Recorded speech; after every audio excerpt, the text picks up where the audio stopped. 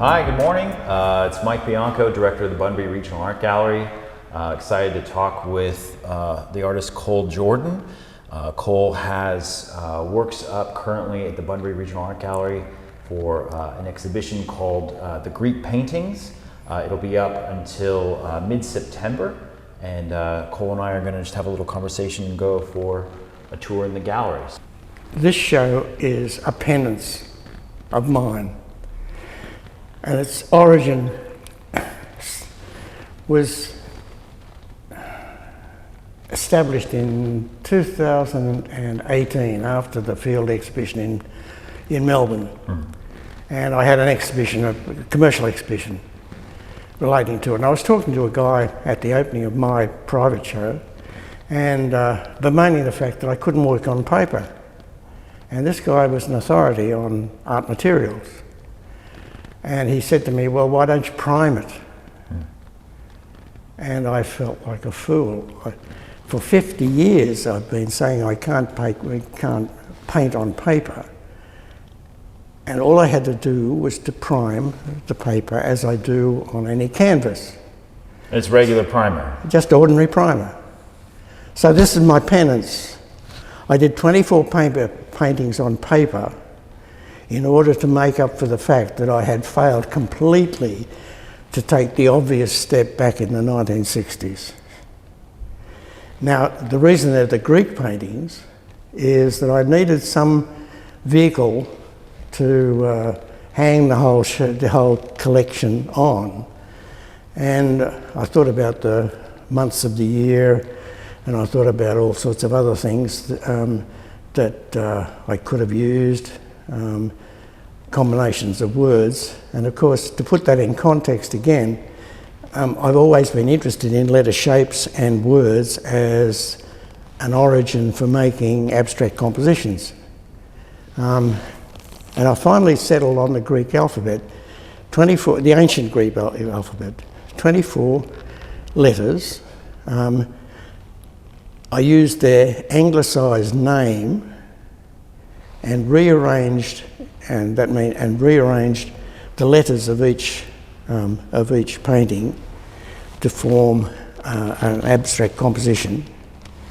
And the whole exercise in the whole 24 exercise, I tried to use all of the technical devices, the colours, the arrangements that I had used for the last 50 odd years, so that it was a summary of my career. And hence this is what you get. This is alpha, and you can see in it's characteristic of all the paintings in the show. You've got the letters of the word alpha there, rearranged, different typefaces, different colours. You've got my interest in things that attack you and recede in a picture.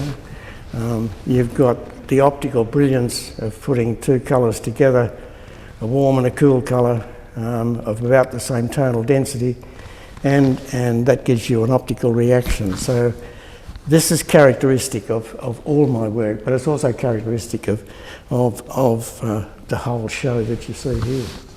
So, Col, one of the things I'm interested in with work like this is it takes a very different approach to painting than maybe a lot of other people would normally think of. So, say older notions of painting were these kind of windows onto the world where you had perspective to show landscape or people or things like this.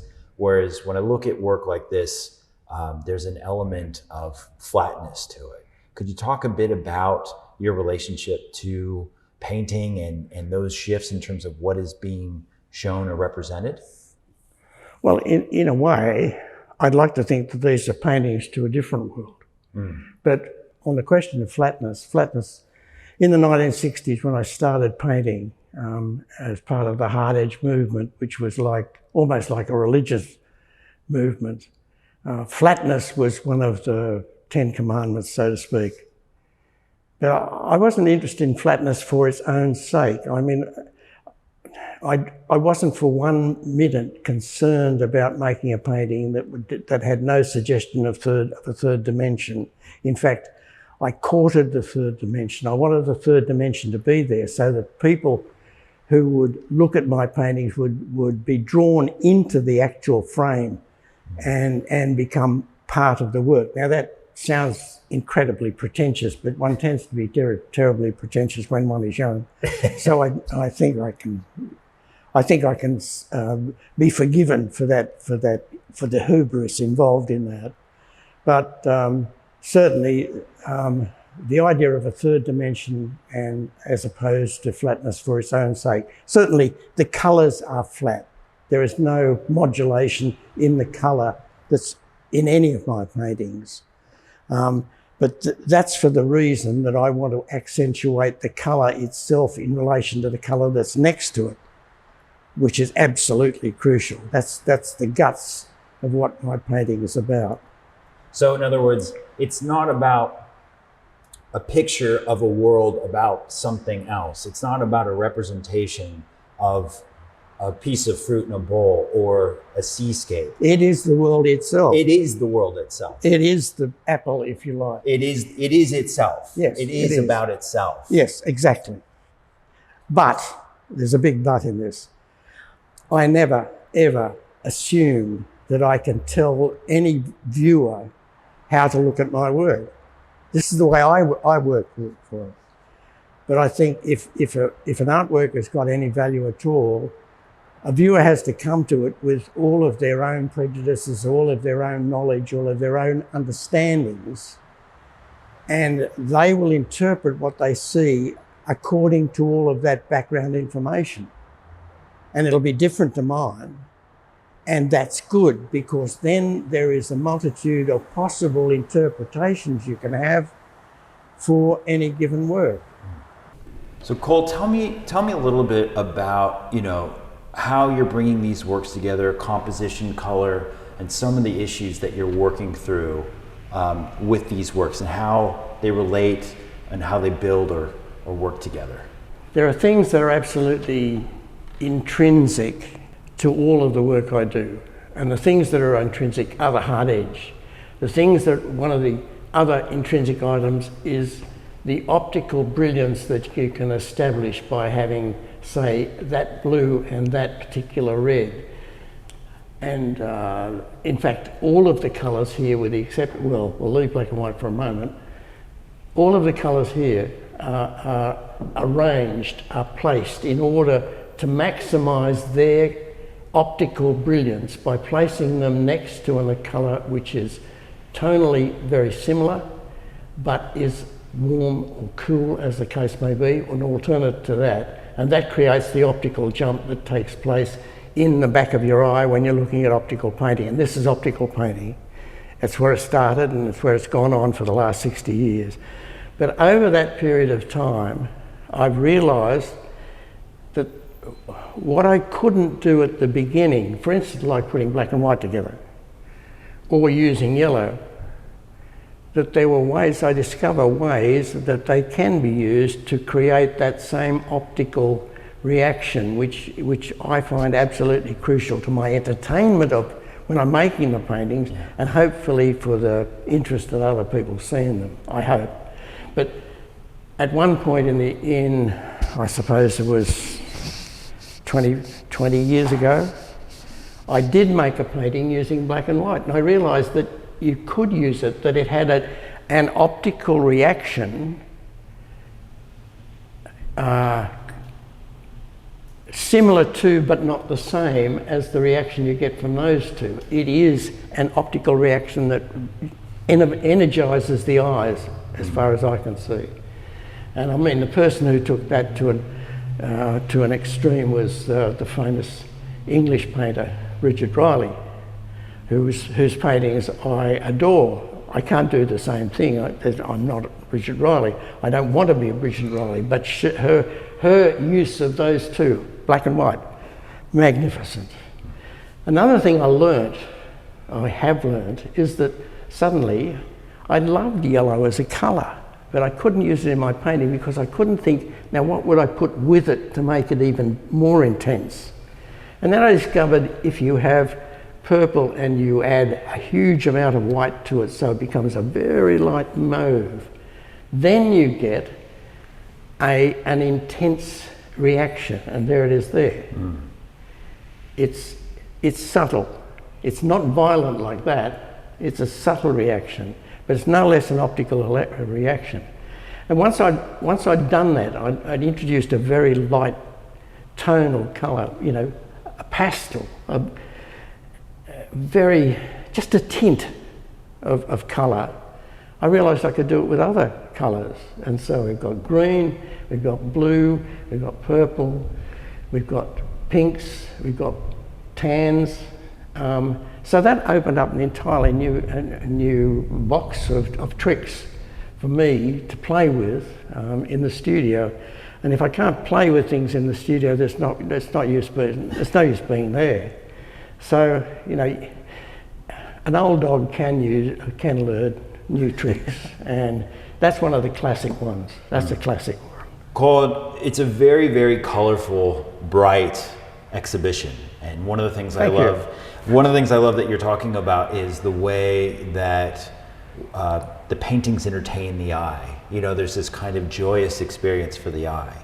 And in all of these colorful works, you have this work here, which I still think is playful for the eye, but is in a kind of monochromatic, executed in a monochromatic way. Could you talk a little bit about this work?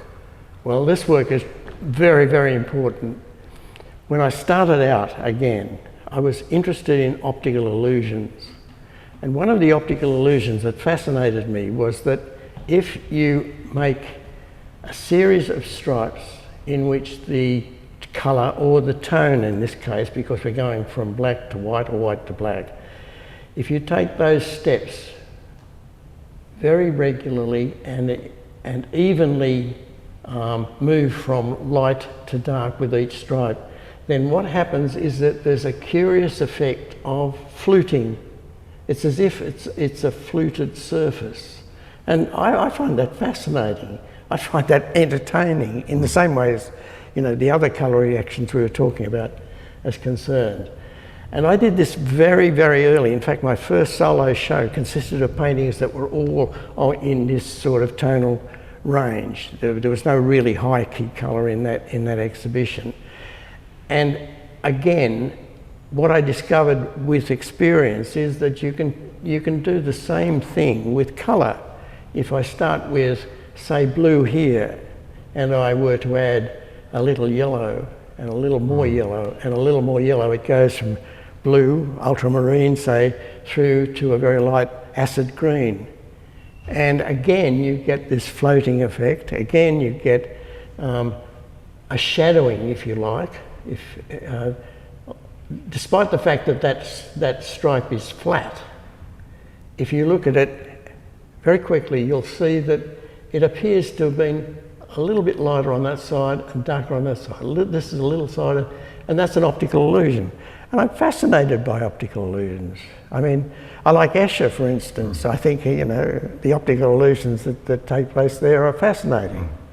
So, you know, again, this is an intrinsic part of my work. It's been there in various ways right from the beginning, along with the other things I mentioned about the reaction of red and blue and yellow and mauve and so on. Well, and one of the things I find very exciting about that is, as an artist, you're making these things, but there are these things that are happening within us as viewers, the kind of mechanics of the eye, the way we perceive, and these illusions that occur, not because you've created shading or depth, but it happens within us. Yeah, it's just I'm not sure, I'm not a scientist of the eye, except that I understand that what happens. And there is certainly a physical thing that goes on, a flicker thing that goes on, which is the basis of optical art. But I understand what it is, that the rods and cones in the rear of the eye, in the retina, can't accept the two wavelengths of, say, red and blue at the same time. So there is an instantaneous flickering between the two in order for the brain to comprehend what's there, and that's what creates the buzz, the flicker of optical art, of optical painting.